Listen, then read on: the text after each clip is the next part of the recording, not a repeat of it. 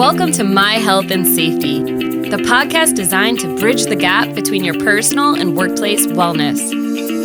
I'm Tamara Misewicz-Healey, a passionate health and safety professional who strives to help create a happier and healthier world. Workplace health and safety is simply a continuation of our personal health and safety, but we often feel powerless at work. You know, where we currently spend over a third of our life. Although it may feel hopeless to integrate the two, I'm here to challenge that it's very much within reach and is absolutely necessary for our long-term well-being. Now, let's learn how to take things from powerless to powerful.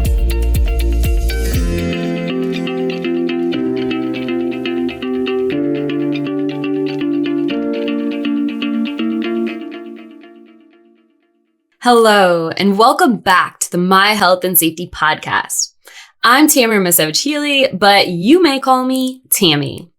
Today is a very exciting podcast episode about hazards.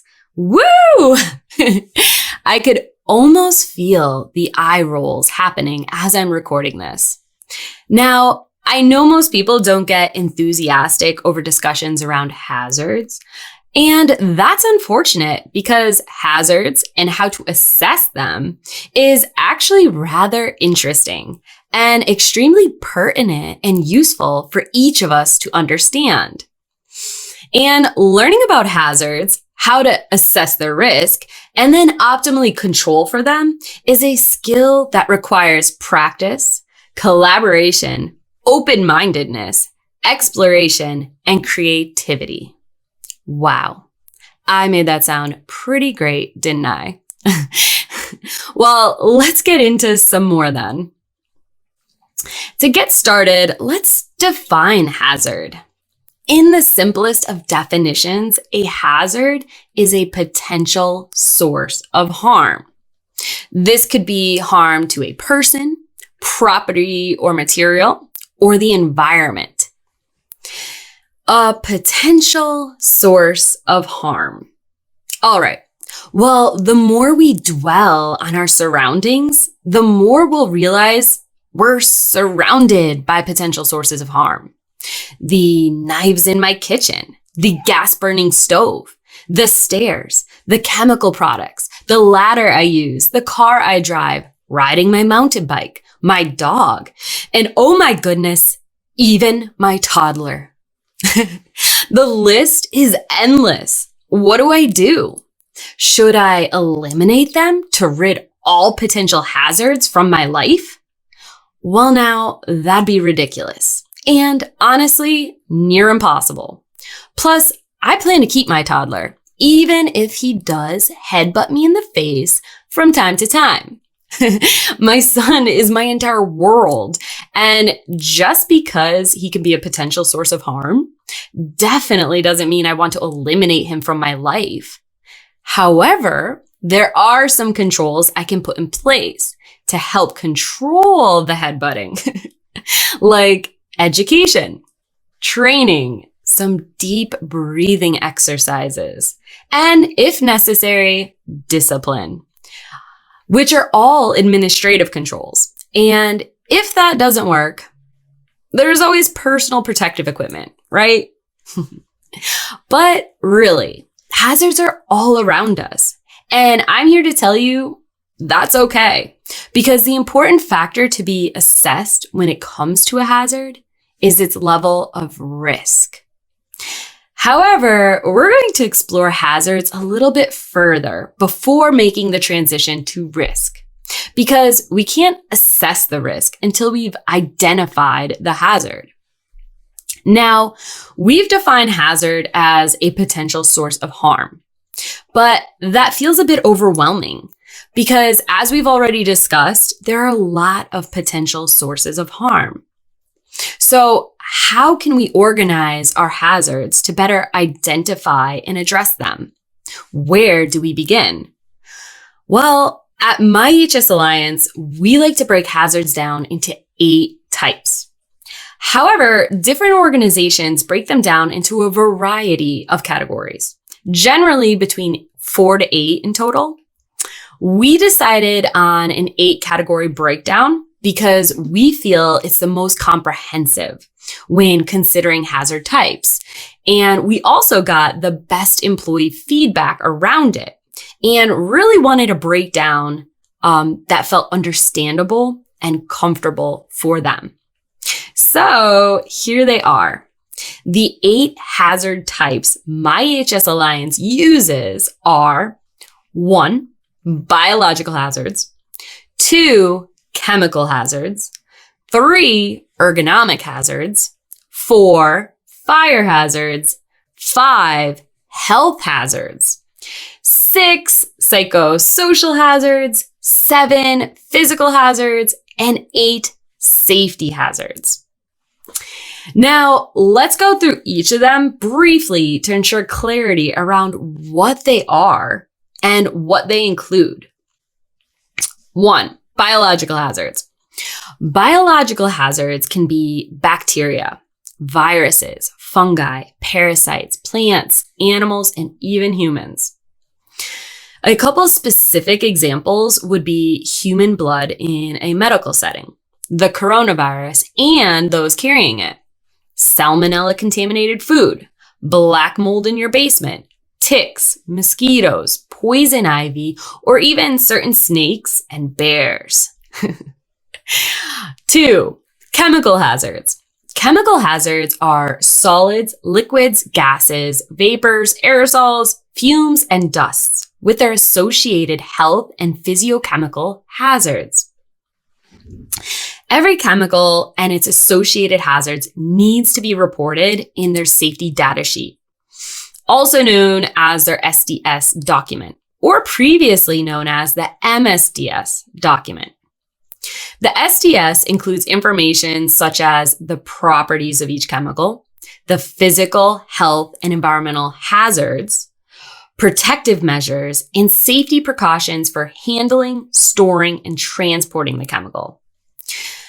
Basically, this document provides all critical safety data surrounding that specific chemical product. It's just important to note that although something may be quickly labeled as a chemical hazard to us, each chemical is much more complicated and needs to be further assessed for its unique physical, health, and environmental concerns. Some chemical hazard examples include gasoline, carbon monoxide, formaldehyde, bleach, dry ice, lead paint, asbestos, pesticides, and welding fumes. 3, ergonomic hazards. Ergonomic hazards occur when the type of work, body position, or working conditions put a strain on the body. Ergonomic hazards include things like repetitive movements, high force movements, working in awkward positions, poor posture, improper setup of the workstation, etc. A couple examples would be milking cows all day long, excessive typing, demolishing walls with a sledgehammer, working in a confined space, being bent over a low workstation. My husband and I are currently remodeling a house to live in, and I've been scraping multiple layers of painted wallpaper off of walls for months. And I'm pretty confident I have tendonitis in my elbow from the excessive repetitive movement and pressure used in scraping all the wallpaper off of the plaster. So I'm actually trying to rest and heal that up now, but it's a great example of a repetitive movement task. 4, fire hazards. Fire hazards are hazards that either involve the presence of heat, flame, or sparks, or can increase the probability that an uncontrolled fire will occur, or increase the severity of a fire should one occur. Fire hazard examples are objects that generate heat, flame, or sparks, flammable liquids and vapors, oxidizer chemicals, excessive combustible materials, dust buildup, faulty electrical equipment, blocked fire extinguishers, broken sprinkler systems, and blocked emergency exits, etc. A couple more specific examples would be gasoline, space heaters, frayed cords, oil or grease buildup, static electricity, overloaded electrical circuits, burning cigarettes, and dryer lint in the laundry duct. So a lot of different fire hazard potential. 5, health hazards. Health hazards are substances, activities, or conditions that have the potential to cause acute or chronic illness, injury, or death. One may say that all of the hazard types listed here are health hazards, and you would be correct. However, we believe at MiEHS Alliance that all hazard types here do not cover all health hazards. And that's why we've added it to our list to cover the hazards that have been slipping through the cracks in traditional workplace health and safety. Those additional health hazards would be things like poor diet and nutrition, poor hydration, poor cleanliness or sanitation, lack of restroom facilities, lack of movement, lack of rest, poor sleep, and poor employee health benefits. 6, psychosocial hazards. Psychosocial hazards are any factors that can have an impact on the psychological health or mental or emotional well-being of a person. Psychosocial hazards include things like shift work, heavy workload, discrimination, low levels of control, low levels of support, threat of danger, bullying, stress, violence, and harassment. A couple specific examples would be third shift or rotating shift workers battling with sleep and wellness problems, feeling burnt out from excessive workload or tight deadlines, being bullied or harassed by coworkers or management, or not feeling supported in your role to perform your job. These hazards have gone unidentified and uncontrolled within organizations for a long time. Honestly, it still doesn't get the amount of attention it needs in most workplaces, at least in the United States. But things are changing, and I hope you can be a part of that change. 7, physical hazards. Physical hazards are any factors within the environment that can harm the body with or without contact. This includes hazards like noise, radiation, magnetic fields, lasers, pressure extremes, temperature, vibration, and electricity. A couple specific examples would be working around loud equipment in a manufacturing facility, working around electrical equipment, working around the magnetic field of an MRI machine, the pressure changes when scuba diving in deep water, and vibration from a jackhammer. 8, our final hazard type, safety hazards. Safety hazards are any unsafe condition that can cause harm. And there are so many of these. Safety hazards include things like spills and other things that may cause slips, trips, and falls, working from heights, sharp objects, moving parts, low light, confined spaces, forklifts and other powered industrial trucks, portable ladders, and floor holes. A couple specific examples would be cords running across a walkway, unleveled sidewalks, unguarded moving belts, low ceilings, improper scaffolding, and slippery wet floors. All right, and that is all 8 hazard types: biological, chemical, ergonomic, fire, health, psychosocial, physical, and safety. I hope you're starting to already feel more empowered over your hazard identification abilities. Now, although all 8 of these hazard types are distinct, there is also some overlap between them. So don't worry about getting too caught up on which category your hazard falls into, if it seems to fit multiple categories. Simply choose the one which best represents the hazard you are describing, or classify it using multiple categories, if you think that applies best. An example of this may be vibration from a jackhammer. Vibration can be a physical hazard, but can also be considered an ergonomic hazard. The important thing is that you can identify hazards and understand the hazard enough to ensure that effective communication occurs to the appropriate people that can further assess the hazard, its risk, and how to best address it.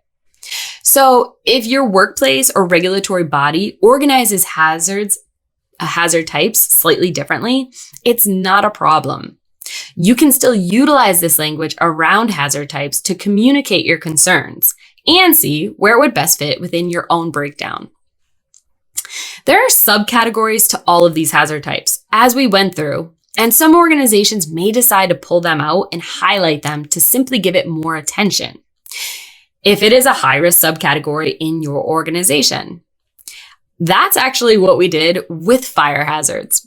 They came up again and again, and although they would generally fall under the physical hazard type, employees were confused with where items like excessive combustible material would be placed, and provided us with the feedback that pulling out fire hazards into its own category would be beneficial to them. So that's what we did. Perhaps your workplace deals with a lot of confined space work. You may want to pull that specific hazard out from safety hazards to make a more elaborate checklist around it and assist in ease of use when reporting. Highlighting the most pertinent categories can aid in a smoother hazard identification process. So once again, don't worry if your workplace or regulatory bodies categorize them in a different way. What's most important is that you have a way to easily identify, organize, and report them for yourself and your organization.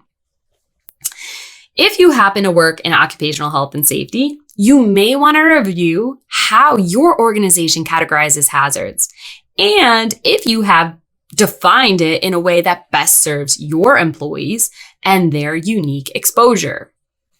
Because really, these hazard types should serve as a guide to employees on what to keep a lookout for.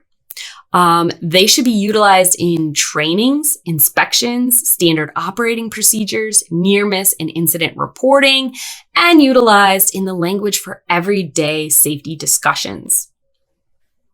I also want to stress that this isn't some test where you're going to be marked right or wrong. This is simply a way to structure hazards so we can hone in on them easier and organize them and communicate and control them more efficiently.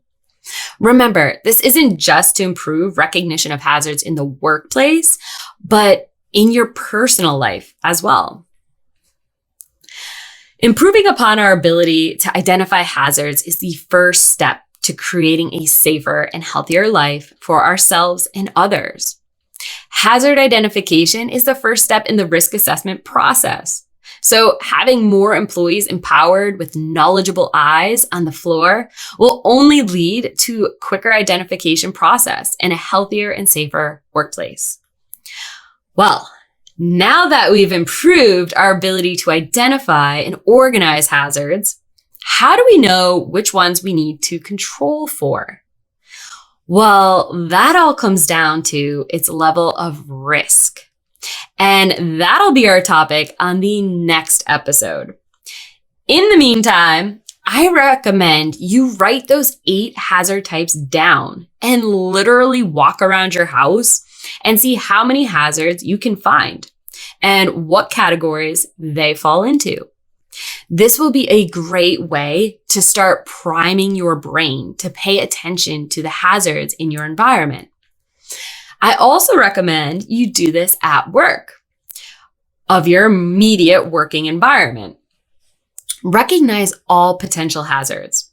Jot any concerning hazards down, their hazard type, and have a discussion about it with your manager. Perhaps you could prevent an injury. As we close up, I want to thank you for tuning in to today's episode. I know some of these topics can get a little heavy, which is why we're going to be breaking them down into little bits. But they are so important to human health and safety and can really bring value to us as individuals and organizations. If you need assistance in reviewing the hazards within your work organization, how you structure them, or how you can better educate and involve your employees in the hazard identification process, please feel free to reach out to me directly or MiEHS Alliance, and we'll get something scheduled together. Finally, after our risk assessment micro series, which will be these next couple of episodes, we're going to be bringing on guests for some lighthearted health and safety conversations. So hopefully we'll be able to learn, to laugh, and to grow together. Until next time. Thank you so much for joining us on this episode. All show notes and guest bios can be found on our website at MiHealthAndSafety.com. That's MiHealthAndSafety.com. We hope you enjoyed this episode and had at least one damn that's good moment. You know, a moment in the discussion that just lit up those neurons in the brain. It may not be a whole new concept, but better clarity, visual, example, or tool to more effectively understand, communicate, or use on a concept. If you didn't have a damn that's good moment during this episode, well, then just damn. Share your moments in the comments or on social media with us. We want to know what brings you the most value so we can strive to deliver more. If you enjoyed our content, make sure to like, share, and subscribe to our channel.